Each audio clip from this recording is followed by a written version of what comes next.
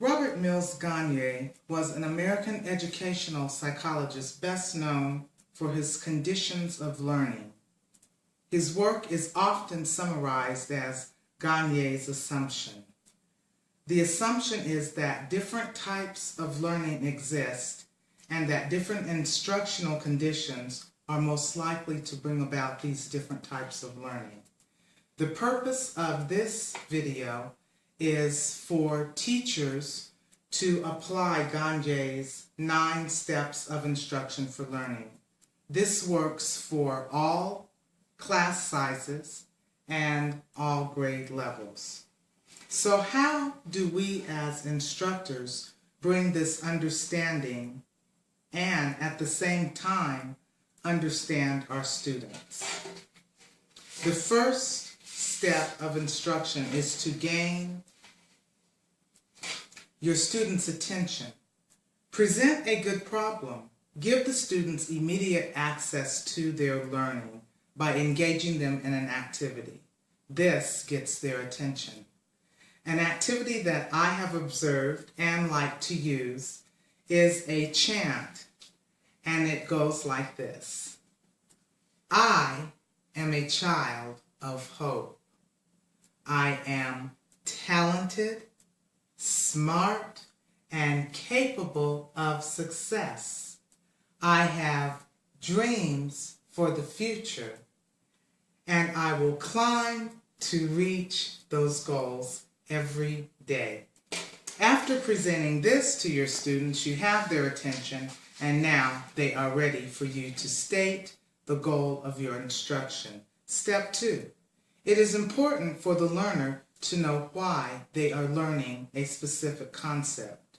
Use visuals with students. Students like to see it.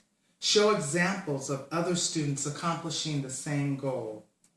Tell the end of the story first so that the students can fill in the pieces.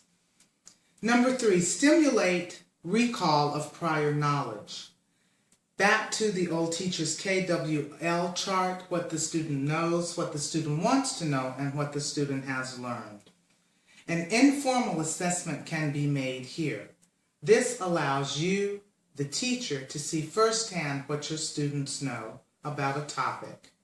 You may need to reteach concepts that you assumed that they knew, or you can start sooner on concepts that you were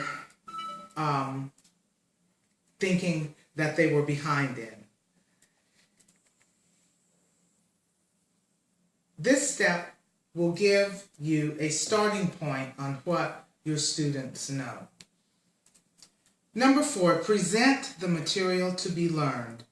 Give it to the students in bits and pieces. Scaffold and build on your basic objective. Do not overload. Step number 5, provide guidance for learning. Give clear, concise instructions. Model. I do, you do, we do. Step number 6, elite performance practice. Let the student do an activity after you have provided guidance.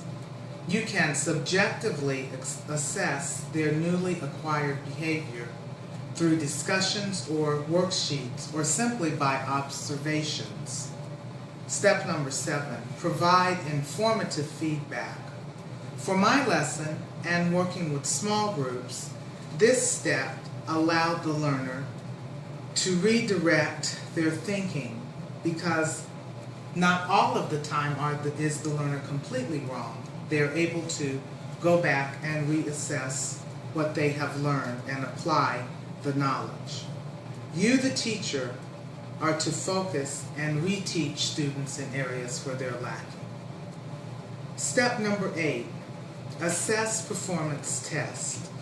You want a formal assessment that supports the objectives of your lesson. This is the measure of all your prior instruction. And finally, enhance retention and transfer. With time being a factor, this is a step that is often left out of the lesson. I call it the enrichment portion. That extra that part where the student can take what they've learned and take it a step further. I would encourage all teachers to allow time for enrichment, because this is a time that allows the student to really show you what they have learned.